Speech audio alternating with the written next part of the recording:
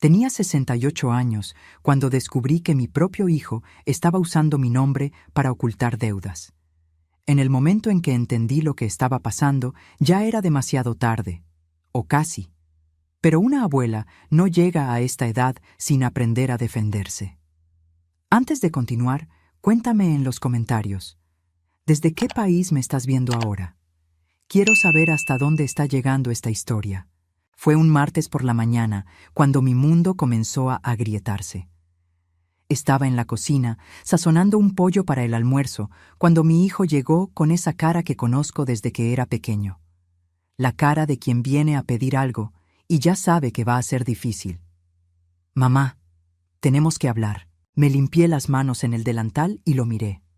Rodrigo tenía 43 años, casado con Patricia desde hacía 15, con 2 hijos a los que yo amaba como si fueran mis propios hijos otra vez.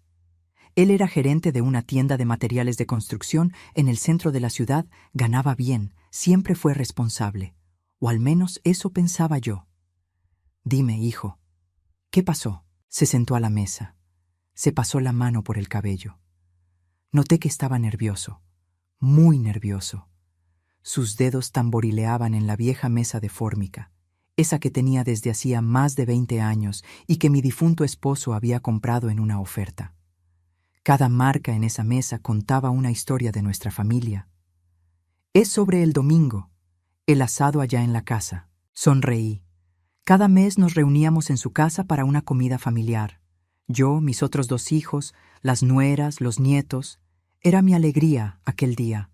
Desde que mi esposo murió, hace 7 años, esos encuentros eran lo que me mantenía viva. Era lo que me hacía despertar por la mañana con ganas de seguir. Era lo que hacía que valiera la pena aguantar la soledad del departamento vacío, el silencio que lastima, las noches largas mirando al techo. ¿Qué tiene el domingo? Ya compré el complemento y el postre para llevar. Había ido al mercado el lunes solo para eso. Había elegido los mejores ingredientes que mi dinero permitía. La guarnición especial que a los nietos les encantaba, el flan de leche condensada que era la receta de mi madre, que yo hacía con tanto cariño. Él miró hacia abajo, y entonces dijo, sin darme la cara, Patricia pensó que era mejor que no fueras esta vez. Me quedé helada. El pollo en el plato frente a mí, el ajo picado, el olor a limón en el aire. Todo quedó suspendido. Fue como si el tiempo se hubiera detenido, como si el mundo hubiera dado una pausa brusca y yo me hubiera quedado atrapada en ese segundo, sin lograr procesar lo que acababa de escuchar. ¿Cómo que no fuera? Es que va a ser una comida más restringida, solo sus hijos, su mamá. Algo pequeño, sentí algo frío dentro del pecho. No era tristeza todavía, era confusión. Era esa sensación de cuando tropiezas y por un segundo no sabes si vas a caer o si vas a lograr equilibrarte. Estaba tropezando con sus palabras, tratando de entender qué significaba aquello. Rodrigo, soy tu madre. ¿Cómo no voy a estar en una comida de tu familia? Se levantó rápido, como quien quiere huir de la conversación, como quien no quiere ver el dolor que acaba de causar. Conocía ese movimiento. Lo hacía desde niño, cuando rompía algo y no quería asumir la culpa. Mamá, no lo compliques. Es solo un domingo. Nos vemos el próximo. Y se fue. Así. Me dejó allí en la cocina con las manos temblorosas y una sensación de que algo mucho más grande estaba pasando detrás de aquellas palabras. Oí la puerta cerrarse. Oí sus pasos bajando la escalera. Oí el motor del coche encenderse allá abajo. Y me quedé allí, parada, sosteniendo una cuchara de madera, sintiendo que acababa de perder algo importante, pero sin saber exactamente qué. Aquella tarde no pude hacer nada más. Dejé el pollo sazonado en el refrigerador, me senté en el sofá y me quedé mirando la pared. La casa estaba demasiado silenciosa. Vivía sola desde que enviudé, en un departamento pequeño que mi esposo y yo compramos después de años juntando dinero. 3 recámaras, sencillo, pero nuestro. Cada rincón de esa casa tenía un recuerdo. El sofá donde veíamos la telenovela juntos, la mesa donde tomábamos café, la cama donde él durmió por última vez antes de que su corazón se detuviera. Pero ahora, Aquella casa no solo estaba llena de recuerdos, estaba llena de silencio, un silencio pesado, sofocante, que parecía tragarme entera. Intenté llamar a mi hija, Fernanda. No contestó. Intenté con Marcelo, mi hijo del medio. Directo al buzón de voz. Y fue ahí cuando empezó a darme ese hueco en el estómago. Ese presentimiento de que todo el mundo sabía algo que yo no sabía. Era como si hubiera una conspiración silenciosa sucediendo a mi alrededor, y yo fuera la única que estaba fuera. Por la noche no dormí bien. Me quedé dando vueltas en la cama, pensando, ¿habré hecho algo malo? ¿Habré ofendido a alguien sin darme cuenta? Siempre fui cercana a mis hijos. Siempre ayudé. Cuando Rodrigo perdió el empleo hace años, fui yo quien le prestó dinero. Dinero que había guardado con tanto esfuerzo. Dinero que era para emergencias, para medicinas, para mi vejez. Pero se lo di sin pensarlo 2 veces, porque una madre es así. Una madre no escatima esfuerzos. Cuando Fernanda se separó, fui yo quien la acogió a ella y a los niños aquí en la casa por meses. Yo, que compartí mi pan, mi cama, mi techo. Yo, que despertaba de madrugada cuando la nieta tenía una pesadilla. Yo, que sostenía a Fernanda cuando lloraba a escondidas en el baño, tratando de ser fuerte frente a sus hijos. Y ahora me estaban excluyendo de una comida familiar. Ahora me estaban quitando de la mesa como si fuera una intrusa, como si fuera alguien que ya no perteneciera a ese lugar. A la mañana siguiente, decidí ir a casa de Rodrigo. No para pelear, solo para entender. Necesitaba mirarlo a los ojos y escuchar una explicación que tuviera sentido. Tomé el camión. Nunca aprendí a manejar. Mi esposo siempre decía que no hacía falta, que él me llevaba a donde yo quisiera. Y me bajé 2 paradas antes para caminar un poco y organizar mis pensamientos. El sol estaba fuerte esa mañana. Era uno de esos días bonitos de la Ciudad de México, cuando el cielo se pone azul y casi olvidas la contaminación, el tráfico, el caos. Pero yo no podía apreciar nada de eso. Mi cabeza estaba pesada, mi corazón apretado, y cada paso que daba parecía más difícil que el anterior. Cuando toqué el timbre, quien contestó fue Patricia. Abrió la puerta solo un poco, como si no quisiera que yo entrara. Vi en sus ojos esa expresión de quien está escondiendo algo, de quien está incómodo, de quien quiere que te vayas lo más rápido posible. Señora, ¿usted por aquí? Señora, siempre me llamó así. Nunca mamá, nunca nada más cariñoso, siempre con ese tono formal, frío, distante. Como si yo fuera una vecina, una conocida, no la madre de su esposo. Vine a hablar con Rodrigo. ¿No está?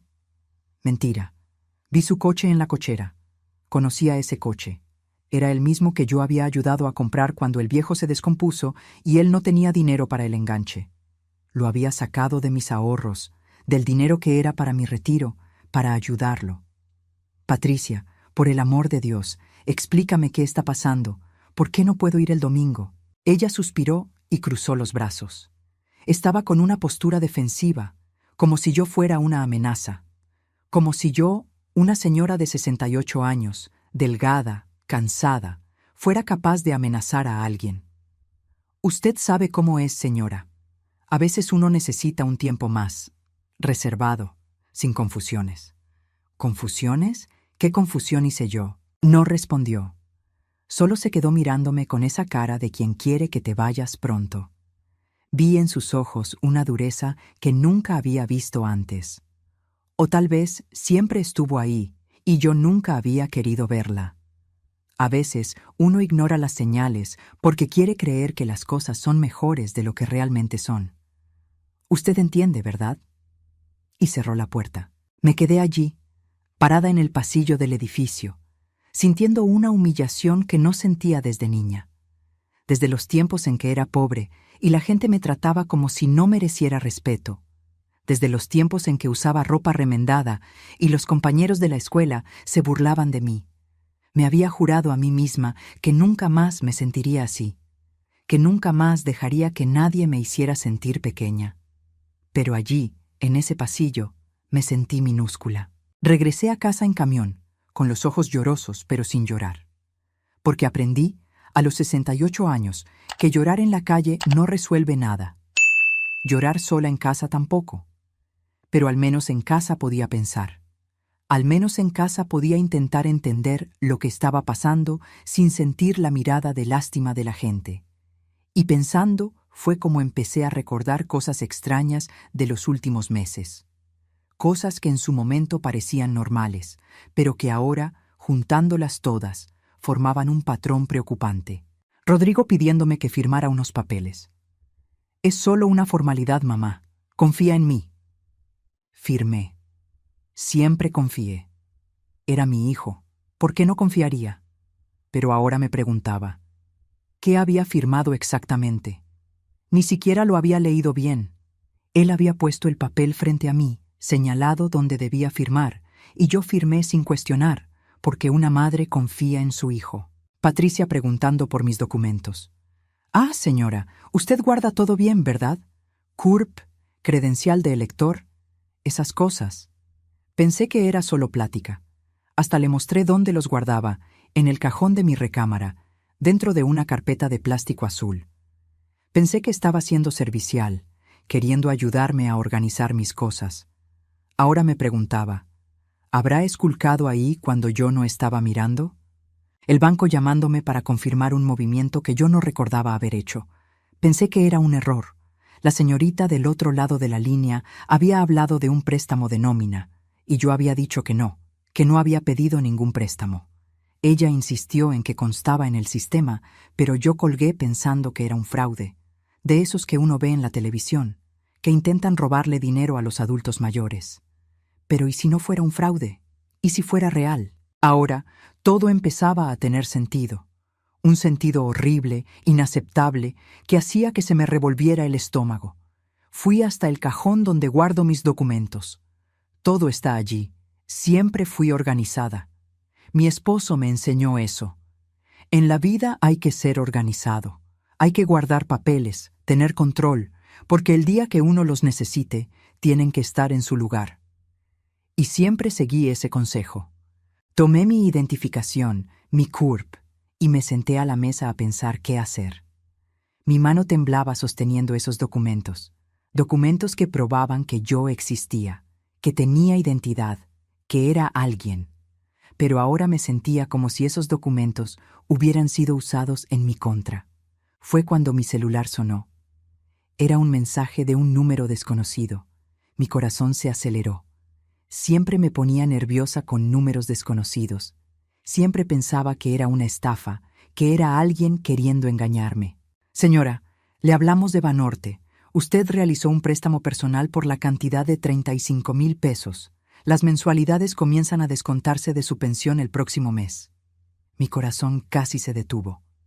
Leí ese mensaje una vez, 2 veces, 3 veces. Cada vez esperando que las palabras cambiaran, que fuera una confusión, que fuera un error del sistema. Pero las palabras seguían siendo las mismas. Préstamo personal, 35,000 pesos. Descuento en la pensión. Nunca pedí un préstamo en mi vida. Nunca. Mi esposo siempre decía, no pedimos prestado lo que no tenemos, no gastamos lo que no podemos, vivimos con lo que hay y punto. Y siempre viví así. Siempre me las arreglé con mi pensión pequeña, siempre hice cuentas, siempre supe exactamente a dónde iba cada centavo. Y ahora me decían que tenía una deuda de 35,000 pesos. Una deuda que se iba a comer mi pensión, una deuda que me iba a dejar sin nada para vivir. Releí ese mensaje unas 10 veces. Cada palabra parecía más pesada que la anterior. Préstamo. 35,000 pesos. Descuento. Cada palabra era una sentencia, una condena, un golpe. Mi pensión era de poco más del salario mínimo. Era poco, pero alcanzaba. Pagaba mi renta, mis servicios, compraba comida. No sobraba casi nada, pero no le debía a nadie. Esa siempre fue mi regla, no deber. Mi madre me enseñó eso cuando era niña. «Hija», decía ella, «el pobre no puede deber, porque cuando el pobre debe, el pobre se hunde».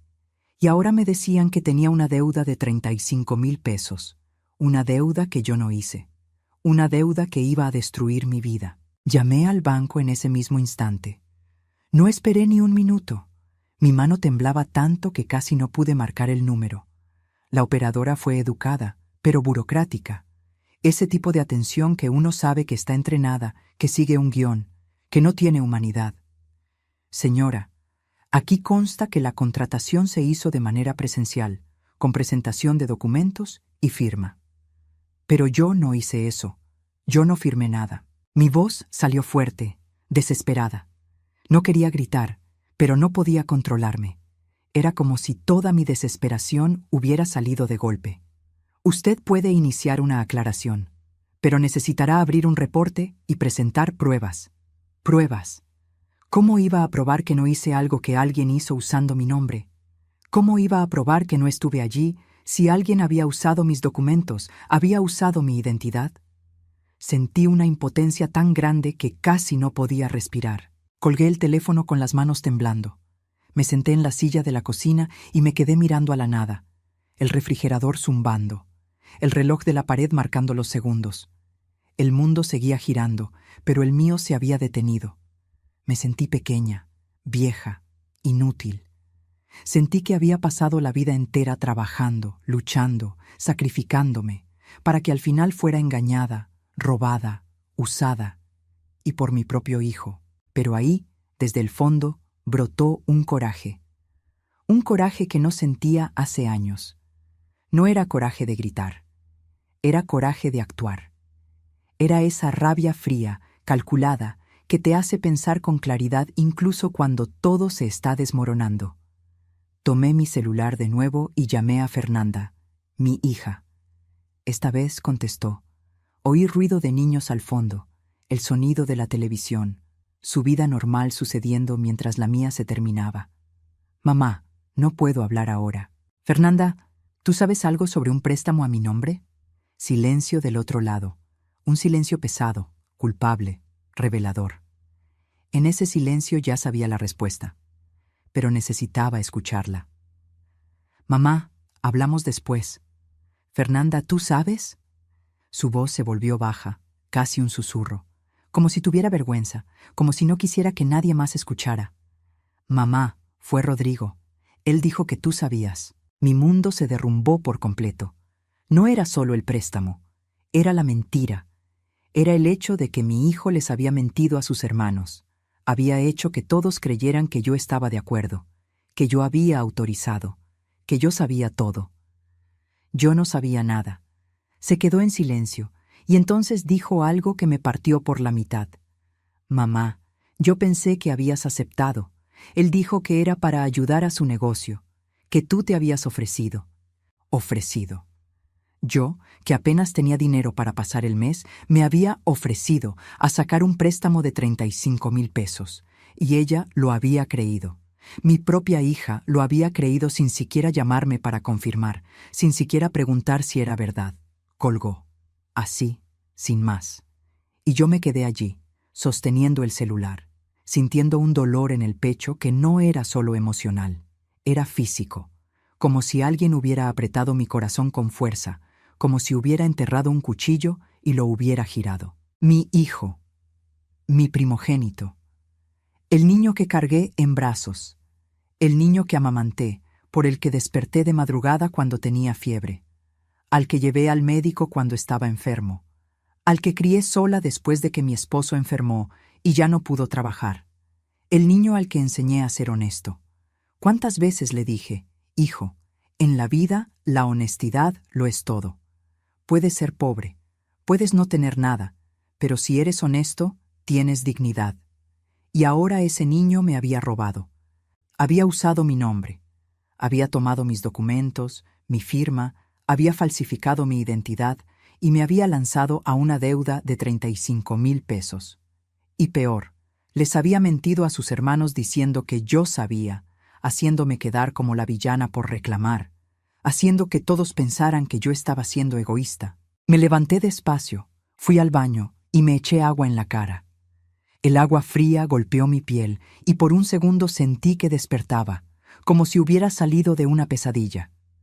Pero cuando abrí los ojos y me miré al espejo, Vi que no era una pesadilla. Era real. Miré el espejo. Una mujer de 68 años, cabello canoso recogido en un chongo, arrugas alrededor de los ojos.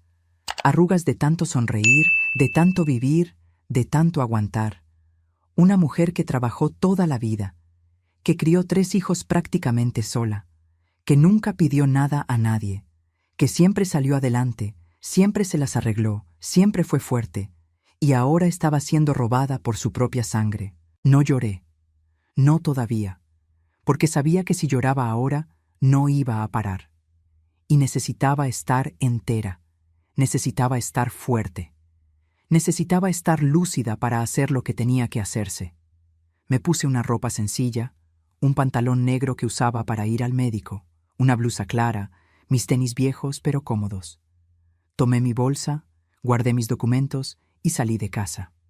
Tomé el camión y fui directo a la tienda donde trabajaba Rodrigo. El camino pareció eterno.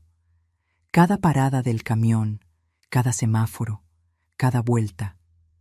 Me quedaba mirando por la ventana, viendo la ciudad pasar, viendo a la gente en las calles, viviendo sus vidas normales, sin saber que dentro de ese camión iba una mujer con el corazón roto. Cuando entré a la tienda, él estaba en el mostrador atendiendo a un cliente.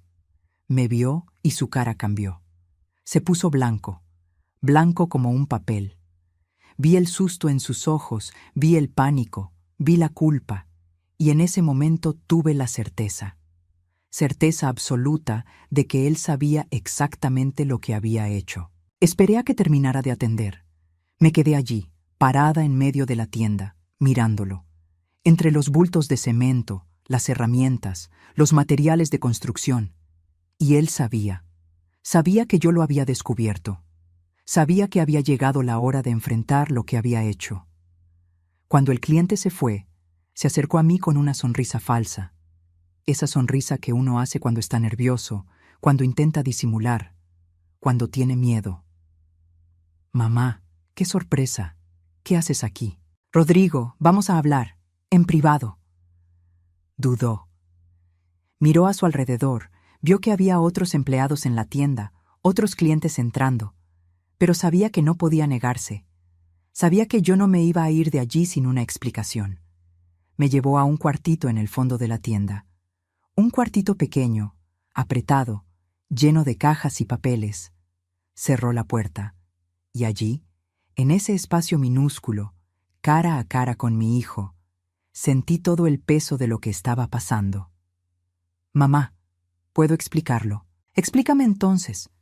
Explícame por qué hiciste un préstamo de 35,000 pesos a mi nombre sin avisarme. Mi voz salió firme, pero por dentro me estaba desmoronando. Por dentro quería gritar, llorar, preguntar por qué me había hecho esto a mí. Se pasó la mano por la cara, nervioso. Sudaba. Veía las gotas de sudor en su frente, veía lo desesperado que estaba. Mamá, te lo iba a contar. Es que necesitaba dinero. El negocio está apretado. No pude conseguir un préstamo a mi nombre porque ya estoy en el buró de crédito. Tenía mal historial crediticio. Mi hijo tenía el nombre sucio. Y en lugar de contármelo, en lugar de pedir ayuda de la manera correcta, había decidido ensuciar el mío también. Sentí que mi voz temblaba, pero mantuve la firmeza. No podía flaquear ahora. ¿Entonces decidiste manchar a tu madre? No fue así, mamá. Lo voy a pagar. Solo necesito tiempo. Tiempo. Siempre necesitaba tiempo. Tiempo para crecer, tiempo para madurar, tiempo para aprender. Y yo siempre se lo di, siempre esperé. Siempre creí que iba a cambiar, que iba a mejorar, pero nunca cambió. Rodrigo, me robaste, le robaste a tu madre. Se irritó, alzó la voz, y aquello me asustó, porque nunca había visto a mi hijo mirarme de ese modo, con esa rabia, con ese desprecio. No robé, pedí prestado, y tú siempre dijiste que la familia ayuda a la familia. Aquella frase fue como un golpe. Fue como si me hubiera pegado, porque estaba usando mis propias palabras en mi contra. Estaba usando los valores que yo le había enseñado para justificar lo que había hecho. Ayudar es diferente a robar, Rodrigo. Ayudar es cuando pides. Robar es cuando tomas sin preguntar. Desvió la mirada. Ya no tenía argumentos. Sabía que yo tenía razón, pero su orgullo no le dejaba admitirlo. Lo voy a resolver, mamá. ¿Cómo? ¿Vas a pagar 35,000 pesos? ¿Con qué dinero? No respondió. Se quedó allí, mirando al suelo, como un niño que hizo una travesura y fue atrapado. Pero no era un niño. Era un hombre de 43 años.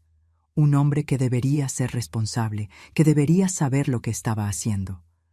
Respiré profundo y dije algo que nunca pensé que le diría a un hijo mío. Voy a ir a la policía. Abrió mucho los ojos. El pánico regresó, multiplicado. Mamá, por el amor de Dios, no hagas eso. Me vas a destruir. Tú me destruiste primero. Y salí de esa tienda con las piernas temblorosas, pero con la cabeza en alto. Pasé por los clientes, por los empleados que miraban curiosos, y salí a la calle. El sol me dio en la cara, y por un segundo tuve ganas de desistir de todo, de regresar allá y decir que todo estaba bien, que lo perdonaba, que olvidaríamos el asunto. Pero no podía. No esta vez. En el camino de regreso a casa, tomé una decisión que lo iba a cambiar todo. No iba a dejar que esto pasara. No iba a ser, una vez más, esa madre que se traga todo, que acepta todo, que perdona todo. Esta vez, iba a luchar. Aquella noche no pude comer. Me quedé sentada en el sofá con la televisión prendida, pero sin poner atención. Pasaba la novela, pasaba el noticiero, pasaban anuncios, pero yo no veía nada. Mi cabeza estaba en otro lugar, pensando en todo lo que había hecho por mis hijos, en todos los sacrificios. Porque no fueron pocos, fueron muchos. Fue una vida entera de renunciar a mí para darles a ellos. Recordé cuando Rodrigo tenía 10 años y necesitó una cirugía de apendicitis. Había empezado a quejarse de dolor de panza un viernes por la noche. El sábado por la mañana, el dolor era peor. Lo llevé al centro de salud, pero el médico dijo que eran solo gases, que le diera una medicina y esperara. Pero una madre sabe cuando algo anda mal. Una madre lo siente. Y yo sentía que aquello no eran gases. El domingo por la mañana, cuando empezó a vomitar y la fiebre subió, lo cargué y lo llevé directo a un hospital privado. Yo no tenía dinero, no tenía seguro.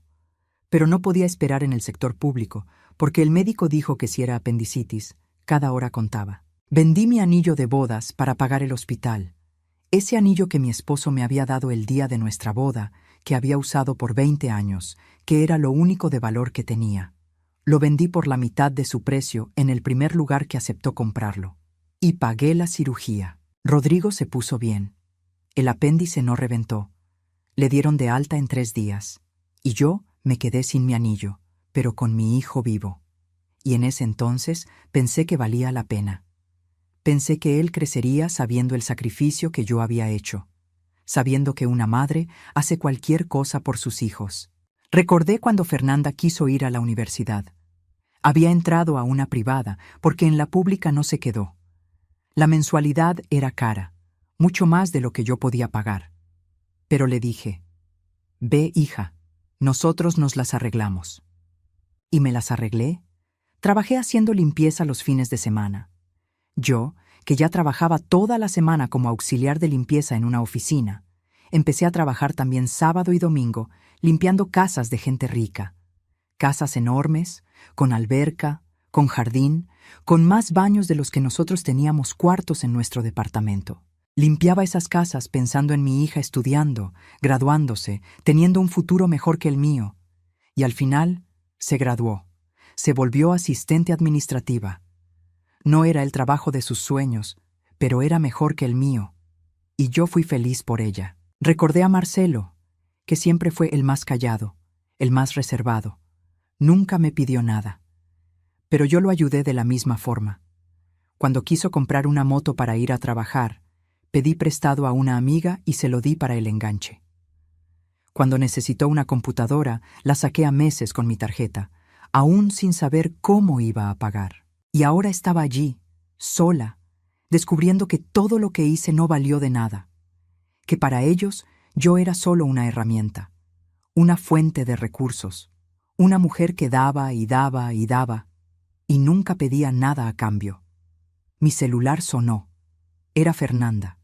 Mi corazón se aceleró. Pensé que tal vez lo había pensado mejor, que tal vez me iba a apoyar, a entenderme. Mamá, ¿fuiste a la tienda de Rodrigo? Su voz estaba irritada. No había preocupación, no había cariño, había irritación. Fui. Mamá, está desesperado, llamó llorando. Dijo que vas a ir a la policía, y voy a ir.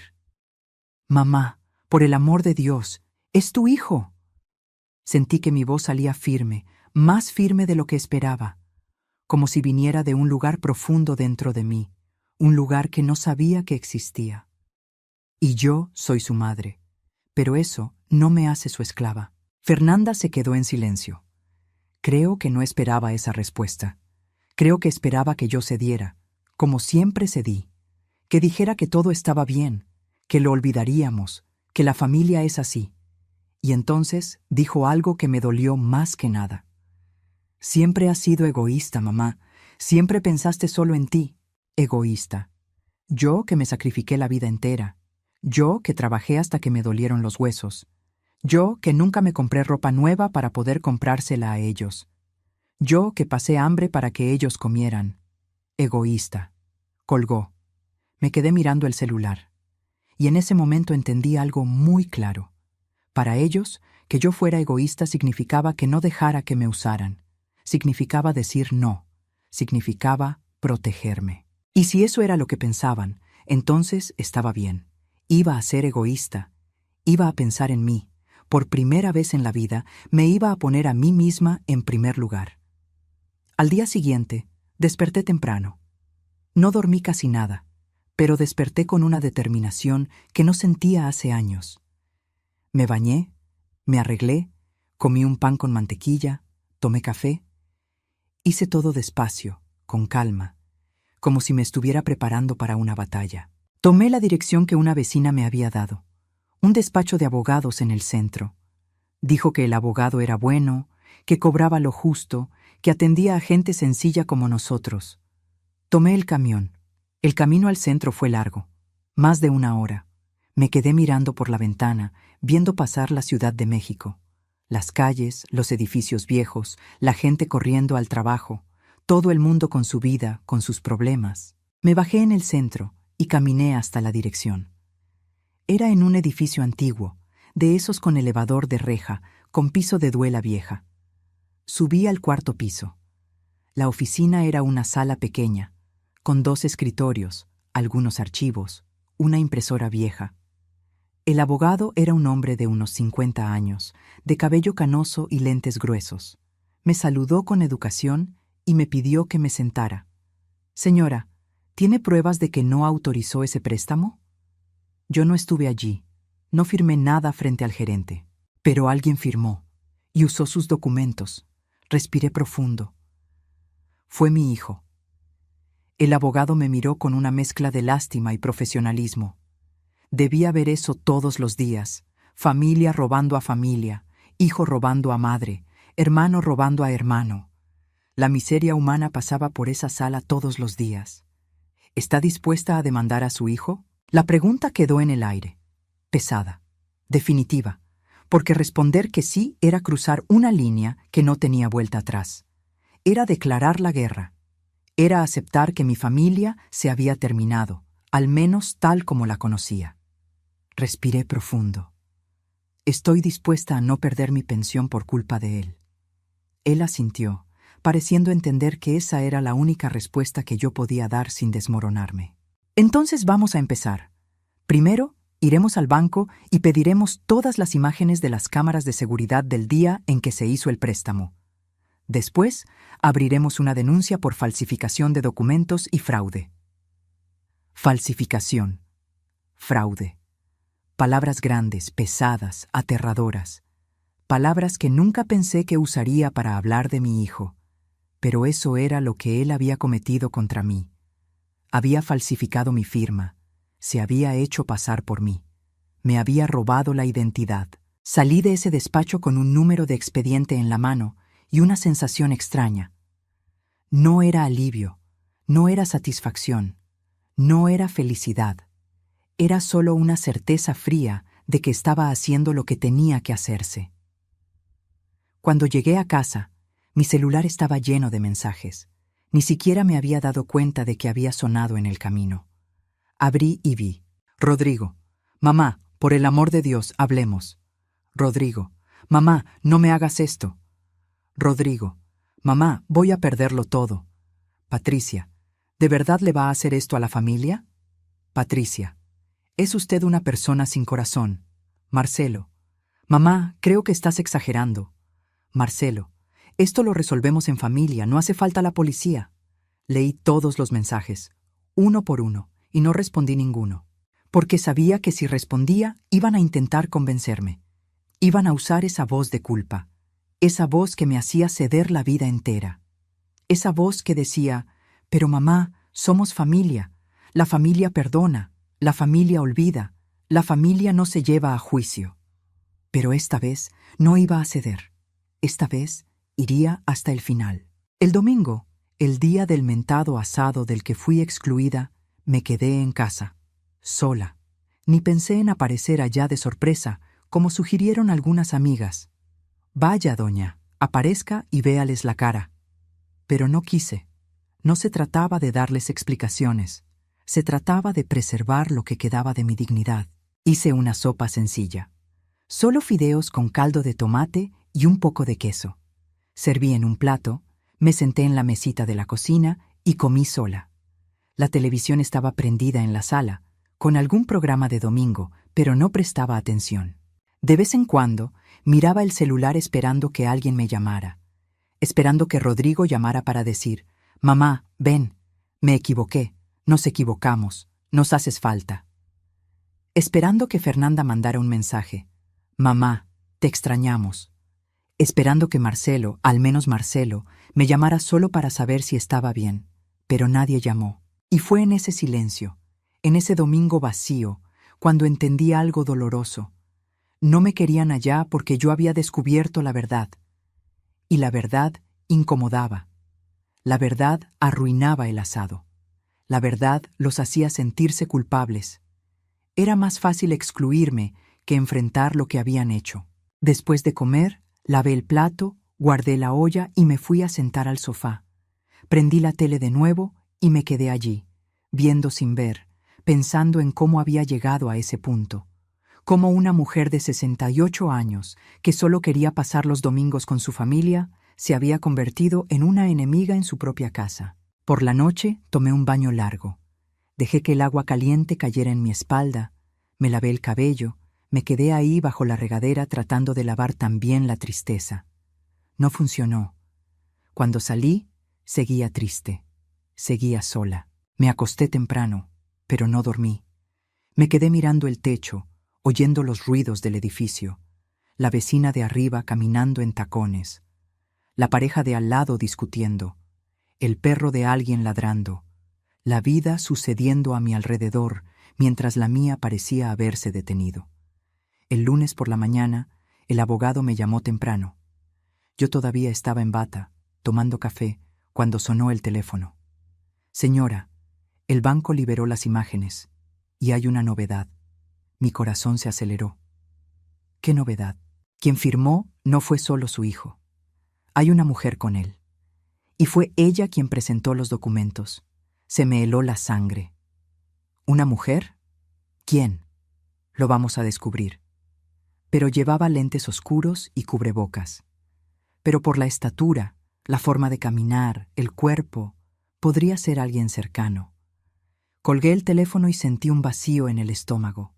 Una mujer, alguien cercano. Y entonces pensé en Patricia. Y todo empezó a tener sentido. Su frialdad conmigo en los últimos meses. La forma en que siempre me miraba, como si yo fuera un estorbo. La forma en que me había cerrado la puerta en la cara cuando fui a pedir explicaciones. ¿Habrá sido ella? ¿Mi nuera habrá sido la mente detrás de todo esto? Pasé el resto de esa mañana tratando de armar el rompecabezas, pensando en cada detalle, en cada conversación, en cada situación extraña de los últimos meses. Patricia tenía acceso a mis documentos, sabía dónde los guardaba. Una vez hasta me pidió sacarle copia a mi identificación. «Ay, señora, ¿tiene su credencial ahí? Necesito sacarle una copia para un trámite de seguro médico. Vamos a incluirla como dependiente de Rodrigo». Hasta me emocioné. Pensé que era cariño, que era cuidado.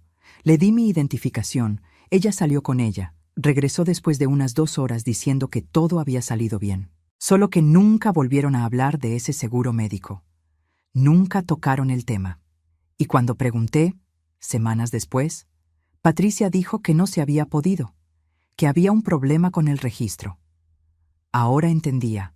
No había sacado la copia para ningún seguro médico. La había sacado para usarla en el banco. Llamé al abogado de nuevo. «Licenciado, necesito saber quién es esa mujer». «Señora, lo vamos a descubrir, pero tiene que tener paciencia. Estas cosas toman tiempo. Vamos a pedir un peritaje, vamos a comparar, vamos a investigar. Tiempo». Yo no tenía tiempo, no tenía dinero, y mi pensión iba a empezar a ser descontada en 2 semanas. Cada día que pasaba era un día menos para resolver esto. Decidí hacer algo que nunca había hecho: espiar. Sé que suena mal, que parece cosa de locos, pero necesitaba respuestas, y nadie me las iba a dar si me quedaba esperando. Tomé el camión y fui hasta el edificio donde vivía Rodrigo. Era de mañana, como a las 10. Me quedé sentada en una banca del parque de enfrente, esperando. No sabía qué esperaba ver, pero necesitaba entender.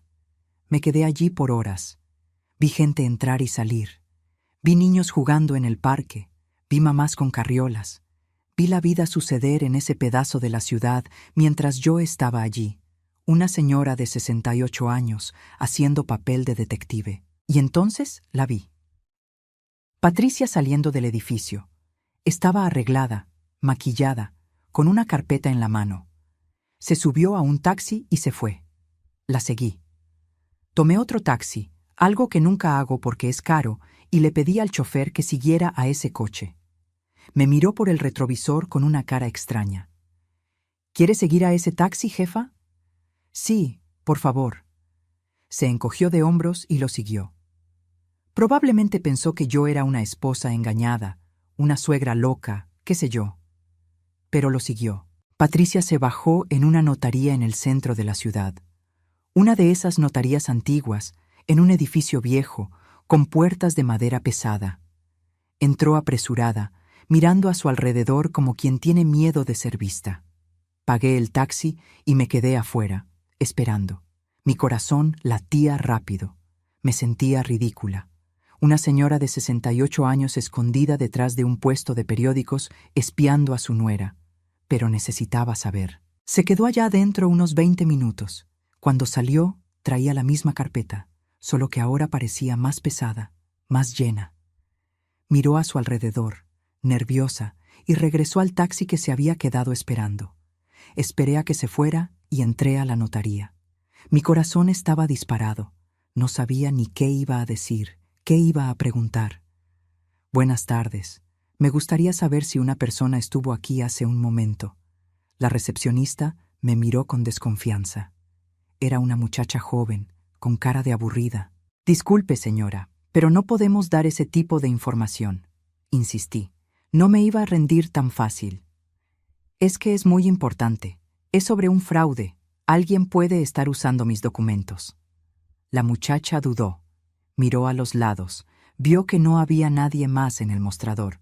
Y entonces dijo, bajito: «Si es un caso de fraude, necesita traer a la policía o a un abogado. No podemos decir nada sin eso». Salí de allí con más preguntas que respuestas. Pero una cosa sabía con certeza. Patricia estaba ocultando algo. Y fuera lo que fuera, tenía que ver conmigo, con mis documentos, con mi identidad. Aquella noche llamé a Marcelo. De todos mis hijos, siempre fue el más sensato, el más equilibrado, el que no tomaba partido, el que intentaba ver los dos lados. «Marcelo, necesito hablar contigo», suspiró del otro lado. Un suspiro cansado, de quien no quiere involucrarse. «Mamá, no quiero meterme en esto». «Marcelo, Alguien está usando mi nombre, alguien de la familia, y necesito saber quién. Otro suspiro. Mamá, yo sé que Rodrigo hizo una tontería, pero está arrepentido. Se siente mal por esto. El arrepentimiento no paga mi deuda. Mamá, ¿vas a demandar a tu propio hijo? ¿Sabes lo que eso le va a hacer a la familia? Siempre el mismo cuento. La familia. Como si la familia fuera una excusa para todo. Como si la familia justificara el robo, la mentira, la traición. ¿Y tú sabes lo que esto me está haciendo a mí? Se quedó en silencio. Un silencio largo, pesado. Y entonces dijo algo que me sorprendió. Mamá, Patricia también está metida. Ella convenció a Rodrigo de hacerlo. Fue idea de ella. Se me heló la sangre. Mi cuerpo entero se enfrió. ¿Cómo lo sabes? Porque los oí platicando. Fue un domingo, hace como 2 meses. Llegué más temprano a su casa y estaban en la cocina discutiendo. Ella decía que era la oportunidad, que tú no te ibas a dar cuenta, que ya estabas vieja y no entendías de bancos. Vieja. Me llamó vieja, como si ser vieja significara ser tonta, como si tener 68 años significara que no pongo atención a mis cosas. Sentí que me subía un coraje. No era una rabia común, era un coraje frío, calculado, peligroso. El tipo de coraje que no te hace gritar, sino actuar. Gracias por decírmelo, Marcelo. Mamá, solo no hagas una locura. No vayas allá a pelear con ella. Deja que el abogado lo resuelva. Colgué y me quedé mirando el techo de mi cuarto. Las manchas de humedad, la pintura descarapelada, ese techo que miraba todas las noches antes de dormir. Vieja. Pensaban que era vieja y tonta. Pensaban que no lo descubriría. Pensaban que podían usarme, desecharme, quitarme del camino. Pero les iba a demostrar. Les iba a demostrar que vieja no significa incapaz, que vieja no significa tonta, que vieja significa experimentada, significa que ya he visto mucho, significa que sé defenderme. Al día siguiente, regresé con el abogado con esa información. Llegué temprano, antes de que abrieran la oficina. Me quedé esperando en la puerta, ansiosa, nerviosa, pero determinada. Cuando llegó, me saludó sorprendido. Señora, ¿está bien? Sí. Pero descubrí quién estaba con mi hijo en el banco. Fue su esposa. Entramos a la oficina. Prendió la luz, encendió la computadora, me ofreció un vaso de agua. Nos sentamos y le conté todo. Cada detalle. Lo que Marcelo me dijo, lo que vi en la notaría, todo. El abogado anotaba todo en un cuaderno viejo, con esa letra apretada de abogado. Señora, esto cambia las cosas. Si logramos probar que fue ella quien falsificó la firma, que fue ella quien presentó los documentos, podemos incluirla en la demanda también. Hizo una pausa y me miró con seriedad. ¿Pero está segura de que quiere ir hasta el final? ¿Demandar a su hijo y a su nuera? Lo miré con una determinación de la que yo misma me sorprendí. Sí, porque si no lo hago ahora, van a seguir. Y después de mí, usarán a alguien más. Tal vez a mis nietos cuando crezcan. Asintió, pareciendo respetar mi decisión. Entonces vamos adelante. Pediré las imágenes del banco, pediré el peritaje de la firma, haré todo lo que sea necesario. Salí de esa oficina sabiendo que ya no había vuelta atrás. Estaba declarando la guerra contra mi propia familia. Pero era una guerra justa. Era legítima defensa. La notificación llegó a casa de Rodrigo un jueves. Yo no estaba allí, pero Fernanda me llamó a gritos. «Mamá, ¿estás loca? ¿Le mandaste una notificación legal a Rodrigo?» Estaba en la cocina, lavando los trastes de la comida. Me sequé las manos y sostuve el teléfono con calma. Es una notificación formal. «Mamá, es lo mismo. Estás demandando a tu propio hijo». «Fernanda, él me robó. Él y su mujer. No te robó. Pidió un préstamo. Te iba a avisar. Te lo iba a pagar. ¿Cuántas veces iba a tener que escuchar la misma mentira? Tomar sin avisar es robar, Fernanda. Y hasta ahora nadie me ha pagado nada. Mi pensión ya va a empezar a sufrir el descuento. Me colgó en la cara, de nuevo. Parecía que colgarme se había vuelto el pasatiempo favorito de mis hijos. Me quedé allí, sentada en la cocina, mirando la taza de café que se enfriaba frente a mí. Me sentía sola, más sola que cuando murió mi esposo, porque cuando él murió tuve a mis hijos. Me apoyaron, me abrazaron, me dijeron que todo iba a estar bien, que no estaba sola. Ahora no tenía a nadie. Ahora yo era la villana, pero tenía mi dignidad, y eso nadie me lo iba a quitar. Aunque me costara mi familia, aunque me costara mi felicidad, no iba a dejar que nadie me quitara mi dignidad. Aquella noche, Rodrigo apareció en mi puerta. Tocó fuerte, desesperado. Yo estaba en el cuarto, ya en pijama, preparándome para dormir. «¡Mamá! ¡Abre esta puerta!». Me puse una bata y fui a la puerta. Abrí despacio. Entró como un huracán, con el papel de la notificación en la mano, arrugado, roto de las orillas. ¿De verdad me vas a hacer esto? Cerré la puerta despacio, con calma, y me volteé hacia él. Miré bien a los ojos de mi hijo, esos ojos que había visto por primera vez en el hospital cuando nació, esos ojos que había visto crecer, aprender a leer, a escribir, a vivir. Yo no te estoy haciendo nada, me estoy defendiendo. ¿Defendiendo? «Mamá, me vas a mandar a la cárcel», estaba gritando, con las venas del cuello saltadas, la cara roja. «No lo haré. Solo quiero mi nombre limpio, solo quiero que devuelvan el dinero, que anulen ese préstamo que yo no hice». Se rió, una risa nerviosa, casi histérica, aterradora. «Mamá, no tengo 35,000 pesos. Si los tuviera no habría hecho esto. ¿No lo entiendes? Estoy quebrado. El negocio está quebrado. Me estoy hundiendo». «¿Entonces decidiste hundir a tu madre conmigo?». Me miró con una rabia que nunca había visto en él. Una rabia peligrosa, fea. «Siempre fuiste dura, ¿verdad, mamá? Siempre fuiste fría. Nunca entendiste las dificultades de los demás. Siempre fuiste perfecta. Nunca te equivocaste. Nunca necesitaste ayuda». Aquello dolió. Dolió porque no era cierto. Siempre entendí. Siempre ayudé. ¿Cuántas veces pasé hambre para que ellos comieran? ¿Cuántas veces dejé de comprarme una medicina para comprarles un cuaderno? Pero ayudar es diferente a ser usada, y lo había entendido demasiado tarde. «Rodrigo, vete de mi casa. Mamá, vete». Mi voz salió fuerte, firme, asustándome hasta a mí misma. Nunca les había gritado a mis hijos, nunca, pero ahora estaba gritando, estaba sacándolo de mi casa. Salió azotando la puerta. Oí sus pasos en el pasillo, lo oí maldiciendo bajito, oí el elevador llegar y llevárselo. Y me desmoroné. Lloré por primera vez desde que todo empezó. Lloré fuerte, sola, con las manos temblando, con el cuerpo entero vibrando. Lloré por todo lo que había perdido. Lloré por la familia que ya no existía.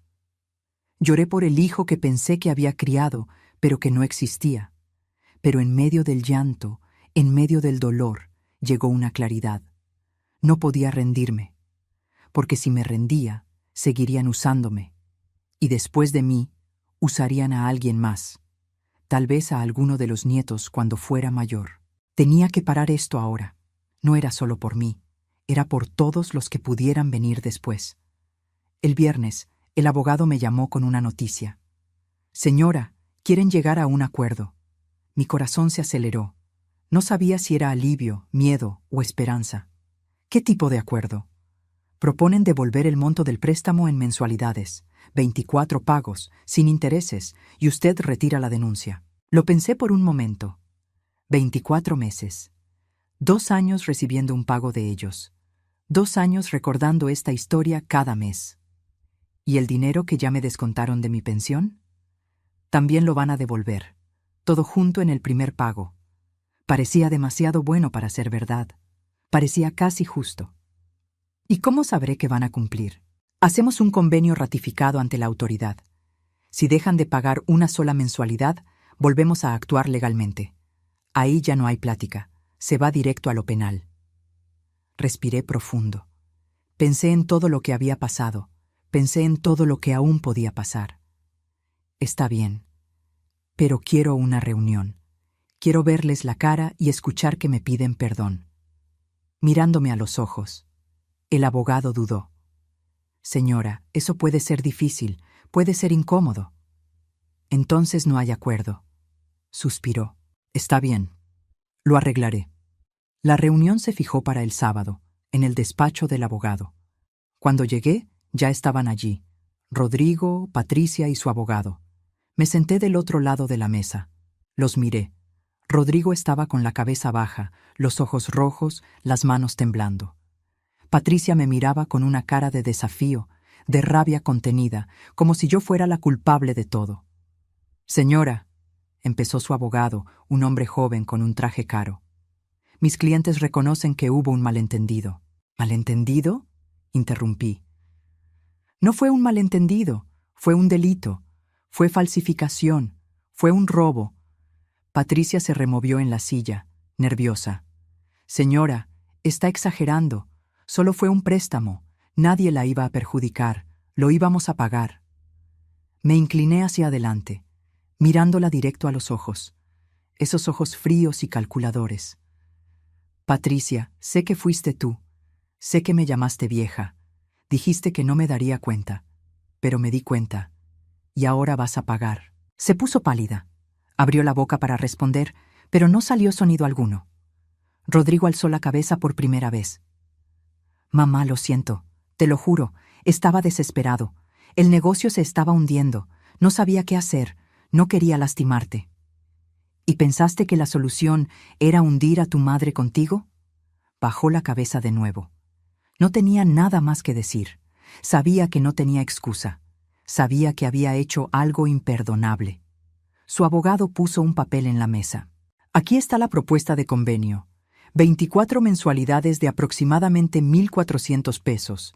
El primer pago incluye lo ya descontado de su pensión, sin intereses, todo registrado legalmente.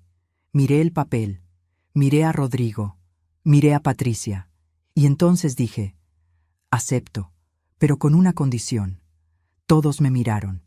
Van a tener que pedirme perdón, aquí, ahora, mirándome a los ojos, y tiene que ser sincero. Me daré cuenta si no lo es. Rodrigo tragó saliva. Se levantó, despacio, como si cada movimiento le costara un esfuerzo enorme. Se acercó a mí y, para mi sorpresa, se hincó. Mamá, perdóname. Me equivoqué mucho. Te usé, te mentí, te lastimé, y no tengo perdón. No merezco tu perdón, pero te lo pido de todos modos. Perdóname, mamá. Lloraba de verdad, y sentí que mi corazón se apretaba, porque por más que me hubiera lastimado, seguía siendo mi hijo. Seguía siendo ese niño que había arrullado en mis brazos, al que le había cantado para dormir, pero no dejé que las lágrimas cayeran. No todavía. Levántate, Rodrigo. Se levantó, limpiándose la cara con las manos. Miré a Patricia. Estaba rígida en la silla, con los brazos cruzados, la mandíbula trabada. ¿Y tú? Dudó. Vi la lucha interna sucediendo. Vi el orgullo peleando con la necesidad. El orgullo queriendo que saliera de allí sin humillarse. La necesidad mandándola a tragarse el orgullo y hacer lo que tenía que hacerse. Al final, la necesidad ganó. Perdón, señora. No fue sincero. Fue mecánico, forzado, vacío. Pero fue suficiente, porque no estaba haciendo esto para ganarme su amor. Lo estaba haciendo para recuperar mi dignidad. Firmé el acuerdo. Y salí de esa oficina con la sensación de que, finalmente, había recuperado mi nombre, mi identidad, mi vida. Los primeros meses después del acuerdo fueron extraños. Era como vivir en un limbo, en un lugar entre el alivio y la tristeza. Recibía el dinero de los pagos puntualmente, siempre el día acordado. Rodrigo depositaba cada día 5, religiosamente. Veía la notificación en el celular. Has recibido una transferencia de Rodrigo Silva. Cada vez que veía esa notificación, sentía un apretón en el pecho, porque ese dinero no era una victoria, Era solo la reposición de lo que me habían quitado. Era solo yo regresando a cero, después de haber sido lanzada al negativo. Pero no veía a mis hijos. Ninguno me llamaba, ninguno aparecía. Era como si hubiera muerto, pero siguiera viva para recibir el dinero que me debían. Me sentía victoriosa y al mismo tiempo derrotada, porque había ganado la batalla, pero había perdido a mi familia. Y a veces, en el silencio de la noche, me preguntaba si había validado la pena. Las amigas del edificio intentaban consolarme. Doña María, la del 302, siempre decía: «Señora, hizo lo correcto. Ellos son los que están mal».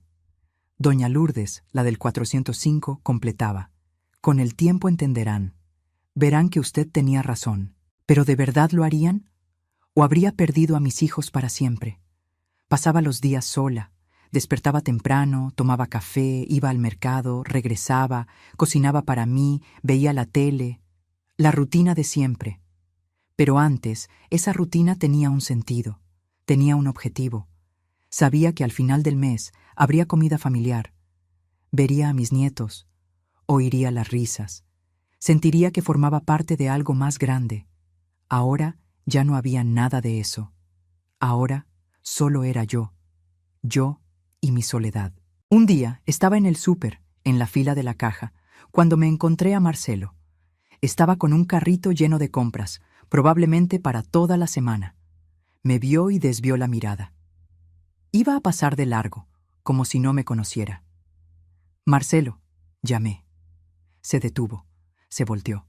No sonrió, solo me miró con esa cara de quien está incómodo, de quien quiere estar en cualquier otro lugar. «Hola, mamá. ¿Cómo estás?» «Bien». Silencio. Un silencio incómodo, pesado. La gente detrás de nosotros en la fila miraba curiosa, probablemente preguntándose por qué una madre y un hijo hablaban así, con esa distancia. ¿Y los niños? «Están bien». Más silencio. No sabía qué decir. Quería preguntar si me extrañaba. Quería preguntar si los nietos preguntaban por mí. Quería preguntar por qué no me llamaba, no me visitaba. Pero no pregunté, porque tenía miedo de la respuesta. «Marcelo, ¿no me vas a visitar nunca más?», suspiró. Ese suspiro cansado de quien está en medio de una situación que no pidió estar. «Mamá, es complicado». «¿Complicado por qué?» «Porque Rodrigo está destrozado. Fernanda está enojada contigo. Y yo estoy en medio de todo esto. No puedo tomar partido». Sentí que mi garganta se cerraba. Siempre lo mismo, siempre el punto medio.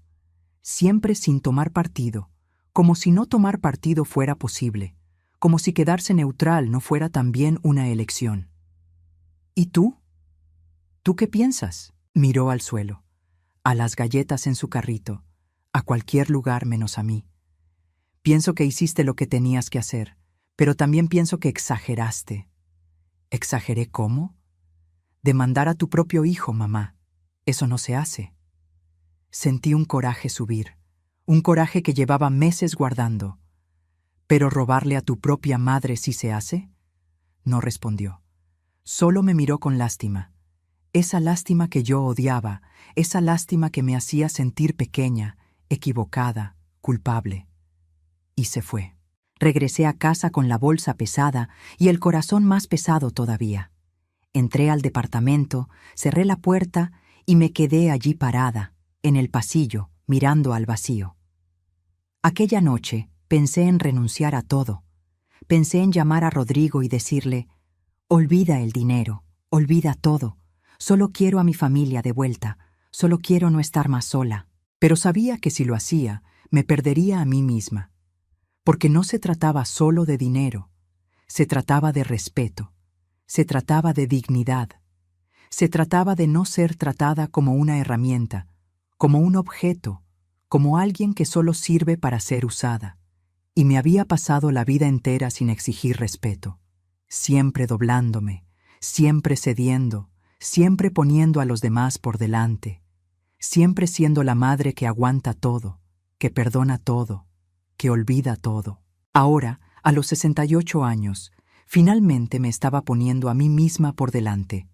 Y eso dolía mucho, pero era necesario. Pasaron 6 meses. El acuerdo se estaba cumpliendo. Mi pensión volvió a la normalidad. Hasta logré guardar un poco de dinero, por primera vez en años. Logré comprar un edredón nuevo, cambiar la sartén que tenía el mango roto, comprar una medicina que el médico me había recetado, pero para la que nunca tenía dinero. Pero la soledad seguía. Y a veces, en el silencio de la casa, me preguntaba si había validado la pena cambiar a mi familia por un edredón nuevo y una sartén que funciona. Fue cuando Fernanda me llamó. De sorpresa, sin avisar. Mi celular sonó un martes por la tarde, y cuando vi su nombre en la pantalla, mi corazón casi se detuvo. «Mamá, tenemos que hablar». Mi corazón se disparó. «¿Sobre qué?» «Sobre todo». «¿Puedes venir a mi casa mañana?» Dudé. Pensé en todas las veces que había ido a su casa y había sido rechazada, humillada, ignorada. Pensé en todas las puertas cerradas, todas las llamadas no contestadas, pero era mi hija y todavía tenía esperanza. ¿A qué hora? ¿En la mañana? ¿Como a las 10? Ahí estaré. Cuando llegué a su casa al día siguiente, estaba en la puerta esperando. Se veía diferente. El rostro menos duro, los ojos menos fríos. Cuando me vio, se acercó y me abrazó. Un abrazo rápido, pero fue un abrazo. Y no sabía cuánto había extrañado un abrazo hasta que sentí aquel. Entramos.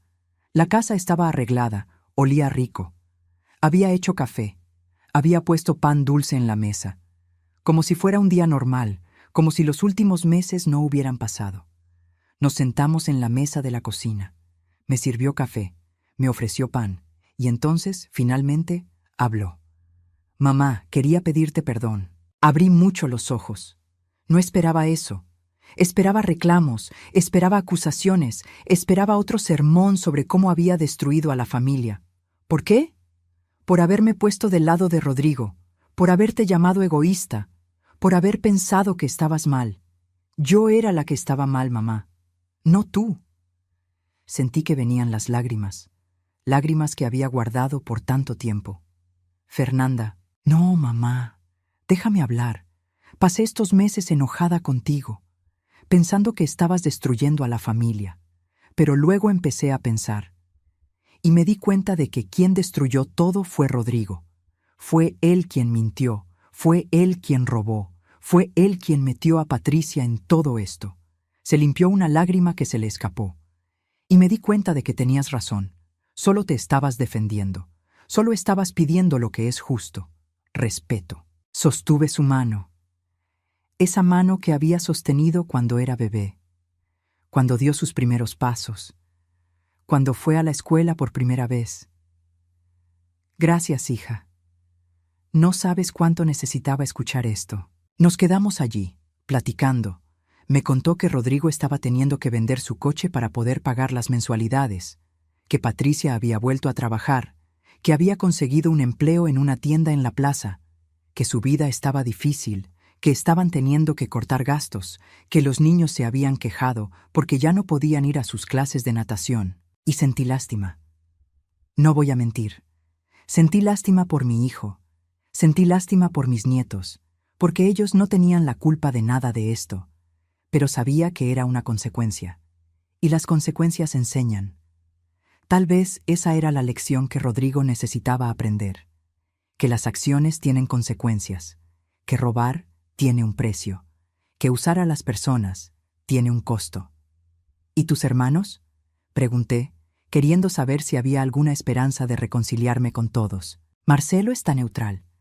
No toma el lado de nadie, como siempre. ¿Y Rodrigo? Rodrigo todavía está enojado contigo. Asentí. No me sorprendió. Sabía que tomaría tiempo. Sabía que tal vez nunca perdonaría. Tal vez había perdido a mi hijo primogénito para siempre. Mamá, ¿quieres que intente hablar con él? ¿Tratar de hacerlo entender? Lo pensé por un momento. Miré a mi hija, a esos ojos que querían ayudar, que querían arreglar las cosas. No. Deja que él lo procese a su manera. Si un día quiere buscarme, hablar, intentar reconstruir, yo estaré aquí. Pero no vas a ser tú quien lo fuerce. Tiene que nacer de él. Fernanda sonrió. Una sonrisa pequeña, pero sincera. Eres fuerte, mamá. Me reí. Una risa cansada. No lo soy. Solo estoy cansada de ser débil. Después de ese día, Fernanda volvió a visitarme. No cada semana, pero de vez en cuando. Cada 15 días, más o menos. Llevaba a los nietos. Yo hacía pastel, ese flan que les gustaba. Platicábamos. De todo.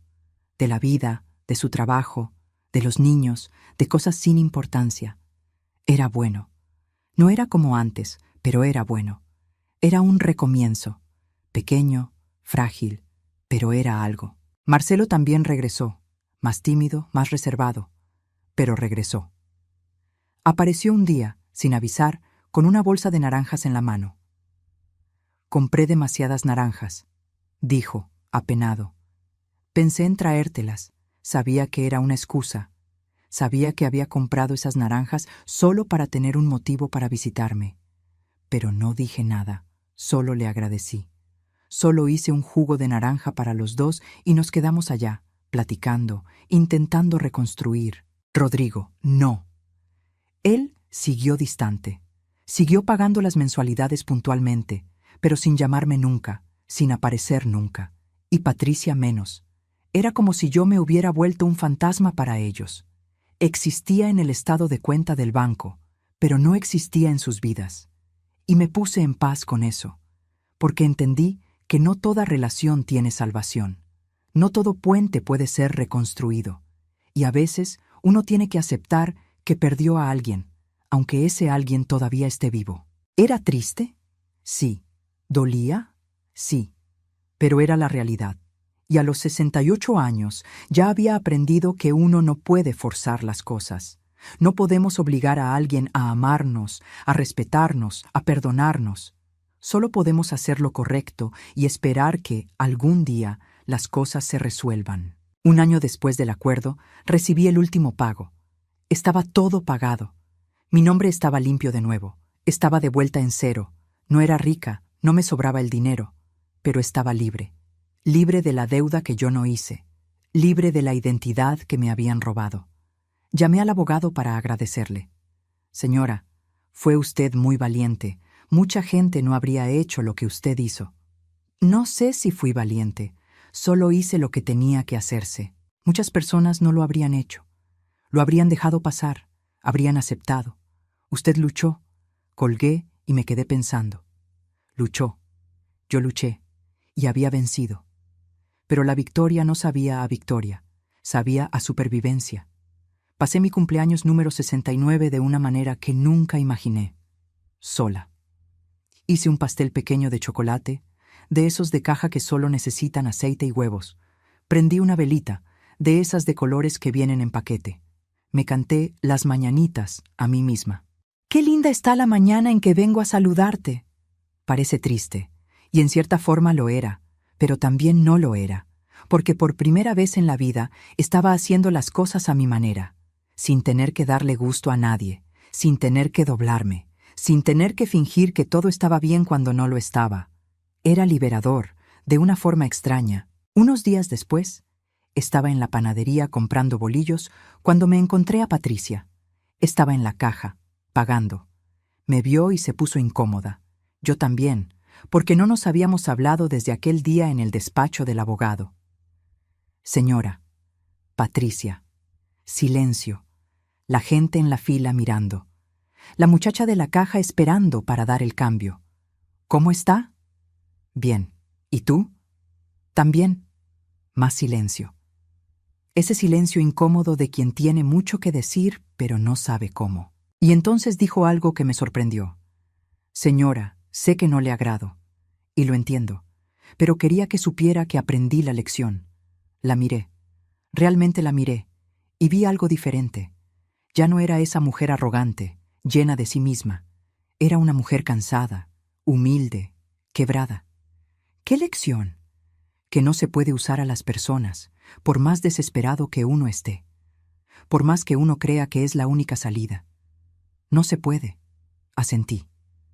Es verdad, se mordió el labio. Parecía querer decir algo más, pero tenía miedo.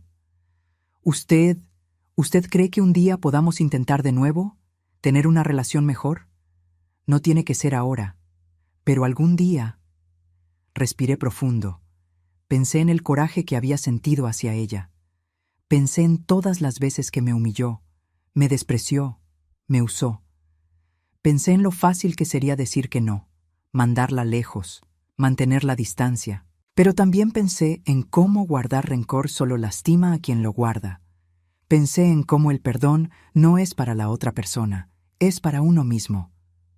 Patricia, no lo sé, tal vez, pero tomará tiempo. Mucho tiempo. Ella estuvo de acuerdo. Lo entiendo. Gracias por no decir que no. Y se fue. Regresé a casa pensando en ese encuentro. ¿Sería posible perdonar? ¿Sería posible reconstruir? No lo sabía. Pero sabía una cosa. Perdonar no significa olvidar. Y reconstruir no significa volver a lo que era antes. Porque lo que era antes estaba roto, estaba podrido, estaba enfermo. Y a veces necesitamos destruir todo para construir algo nuevo, algo mejor, algo más sano. En los meses siguientes empecé a hacer cosas que nunca había hecho. Me metí a un grupo de la tercera edad que se reunía cada martes y jueves en el parque. Caminábamos, hacíamos estiramientos, a veces bailábamos. Era bueno, era ligero. Fui a clases de manualidades en una iglesia cerca de casa. Aprendí a hacer tejido, a pintar tela, a hacer esas flores de papel crepé. No era gran cosa, pero me distraía. Me hacía sentir productiva. Empecé a caminar por la mañana en el parque cerca de casa. Todos los días, muy temprano, antes de que el sol calentara fuerte. Me ponía mis tenis viejos, mi ropa más cómoda y salía. Caminaba despacio, sin prisa, mirando los árboles, los pájaros, la gente, y por primera vez en mucho tiempo sentía paz. Estaba aprendiendo a vivir para mí. Y eso era nuevo. Y aterrador. Y bueno, porque me había pasado la vida entera viviendo para los demás. Para mi esposo, para mis hijos, para mi familia. Siempre poniendo a todo el mundo por delante. Siempre olvidándome de mí. Ahora estaba aprendiendo a ponerme en primer lugar. Y no era egoísmo. Era supervivencia. Un día regresaba de caminar cuando vi a Rodrigo parado en la puerta de mi edificio. Mi corazón se disparó. No esperaba verlo. Hacía casi 1 año y medio que no hablábamos. Traía una bolsa en la mano. Parecía nervioso. Con los ojos rojos, como si hubiera llorado o no hubiera dormido. Mamá, me detuve. Rodrigo, silencio. Un silencio pesado, lleno de todo lo que no nos habíamos dicho. Extendió la bolsa. Traje fruta, la que te gusta, mango, mamey, esas cosas. Tomé la bolsa. Sentí el peso. Sentí que era más que fruta. Era una bandera de paz. Era un intento de recomienzo. Gracias. Más silencio. Mamá, yo quería pedirte perdón. De verdad. No porque alguien me obligó, no porque lo necesite, sino porque me equivoqué feo. Sentí que mi garganta se cerraba. Rodrigo. No, mamá, déjame hablar. Pasé todo este tiempo enojado contigo, pensando que habías sido cruel conmigo, pensando que me habías traicionado, que me habías abandonado. Pero luego me di cuenta de que quien fue cruel fui yo. Quien traicionó fui yo. Te usé, te herí, y lo siento mucho. Estaba llorando. Lágrimas escurriendo por su rostro, la voz entrecortada. No espero que me perdones ahora. No espero que volvamos a ser como antes. Solo quería que supieras que aprendí y que nunca más volveré a hacer esto.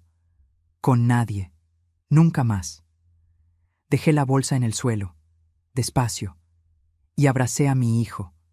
Un abrazo apretado, largo. Un abrazo que había necesitado dar desde hacía tanto tiempo. Te perdono, hijo. Te perdono. Y en ese abrazo, allí en la puerta de mi edificio, con doña María, la del 302, mirando curiosa desde la ventana, sentí que tal vez, solo tal vez, podríamos reconstruir. No sería como antes, nunca lo sería. Las cicatrices estaban ahí, el dolor estaba ahí, la desconfianza estaba ahí, Pero podíamos intentar, podíamos dar un paso a la vez, podíamos construir algo nuevo, algo diferente, algo más honesto. No fue fácil, no fue rápido, pero poco a poco, muy poco a poco, mi hijo fue regresando a mi vida. Empezó a visitarme una vez por semana. Cada sábado por la mañana aparecía con algo. A veces era fruta, a veces era pan calientito de la panadería, a veces era solo un abrazo. Platicábamos de todo, del pasado, del presente, del futuro. Me contó que había vendido su parte del negocio, que no había funcionado, que le había dado muchos dolores de cabeza, que al final había salido debiendo menos de lo que debía, y eso ya era una victoria. Me contó que ahora trabajaba como empleado, gerente en una tienda de construcción, ya no dueño, que el sueldo era menor, pero era fijo, era seguro, que dormía mejor por la noche, que ya no tenía esa angustia de no saber si iba a lograr pagar las cuentas al final del mes. Y vi en él un cambio real. Ya no era ese hombre desesperado que hacía cualquier cosa para sobrevivir. Era un hombre más maduro, más humilde, más honesto. Patricia también cambió. Empezó a invitarme a comer de vez en cuando. No era como antes, cuando me invitaba por obligación y yo iba por obligación. Ahora era diferente. Ahora había sinceridad. Un día me invitó a tomar café a su casa. Cuando llegué, había hecho pastel, había arreglado la mesa, se había esmerado. Y cuando nos sentamos, me miró y dijo: «Señora, sé que nunca podré borrar lo que hice, pero quiero que sepa que me arrepiento, todos los días, y que estoy intentando ser una mejor persona». Sostuve su mano. «Uno se equivoca, Patricia. Todo el mundo se equivoca. Lo importante es aprender del error, no repetirlo». Lloró, y yo también. Y allí, en esa cocina sencilla, tomando café con pan, empezamos a construir algo nuevo. No era como antes, nunca lo sería. Pero era honesto, era verdadero. Y aprendí que a veces uno necesita perderlo todo para reconstruir de la manera correcta, para construir sobre una base sólida, no sobre mentiras y apariencias. Hoy tengo 70 años. Mi casa sigue siendo pequeña, sigue siendo sencilla. Mi pensión sigue siendo corta, sigue siendo solo lo suficiente para pasar el mes. Pero mi nombre está limpio, mi dignidad está intacta, y tengo una familia que, aún imperfecta, aún lastimada, me respeta. Porque respeto fue lo que exigí, respeto fue por lo que luché, respeto fue lo que conquisté. No sé si hice todo bien, no sé si debí haber demandado a mi hijo. A veces, en el silencio de la noche, todavía me pregunto si no exageré, si no pude haberlo resuelto de otro modo.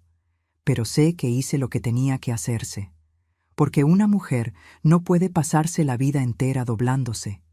Una mujer no puede pasarse la vida entera siendo usada, siendo irrespetada, siendo tratada como si no importara. Y si para ser respetada tuve que ser dura, que así sea, porque al final lo que importa no es cuántas personas están a tu alrededor. Lo que importa es si esas personas te respetan, si te valoran, si te aman de verdad, no porque seas útil, sino porque eres tú. Y hoy puedo decir con certeza, soy respetada, soy valorada y soy amada, no por todos. El camino dejó cicatrices. Algunos puentes no fueron reconstruidos. Algunas relaciones nunca volvieron a ser las mismas. Pero por los que importan, soy amada. Por los que entendieron, por los que crecieron, por los que aprendieron. Y eso, para mí, es suficiente. Porque aprendí algo importante a esta edad. La dignidad no es negociable. El respeto no es opcional. Y uno le enseña a las personas cómo tratarnos. Por mucho tiempo, enseñé que podían usarme, que podían faltarme al respeto, que yo aguantaría todo callada porque la familia es así, porque una madre es así, porque una mujer es así. Pero ahora enseño diferente. Ahora enseño que tengo límites, que tengo valor, que no soy una herramienta, no soy una escalera, no soy un puente para que nadie cruce y luego me abandone. Ahora enseño que soy una mujer de 70 años que trabajó toda la vida, que crió 3 hijos, que sobrevivió a mucho, incluyendo la traición de su propia familia. Una mujer que pudo haberse rendido, pudo haber cedido, pudo haber aceptado ser usada una vez más, pero que eligió luchar, eligió defenderse, eligió ponerse en primer lugar. Y si esta historia sirve de algo, que sirva para demostrar que nunca es tarde para exigir respeto. Nunca es tarde para decir no. Nunca es tarde para poner límites. Aunque cueste, aunque duela, aunque perdamos personas en el camino, porque al final, la persona que no podemos perder es a nosotros mismos. Si esta historia te tocó de alguna forma, deja un comentario aquí abajo. Cuéntame, ¿has pasado por algo parecido? ¿Conoces a alguien que fue usado por su propia familia? ¿Cómo lidiaste con eso? Y si te gustó esta historia, si sentiste que no estabas sola en este dolor, suscríbete al canal, deja tu like, activa la campanita para no perderte los próximos videos, porque aquí contamos historias reales. Historias de gente como tú y yo. Historias de dolor, pero también de superación. Historias que necesitan ser contadas para que otras personas sepan que no están solas. Y si quieres apoyar aún más este trabajo, si quieres tener acceso a contenidos exclusivos, a historias que solo los miembros ven, considera hacerte miembro del canal. Tu ayuda hace toda la diferencia para que sigamos trayendo estas historias que importan, estas historias que transforman, estas historias que salvan. Un abrazo fuerte de quien ya vivió mucho, ya sufrió mucho, pero sigue de pie. Y recuerda, la dignidad no se negocia, el respeto se conquista, y tú mereces ambos. Hasta la próxima historia.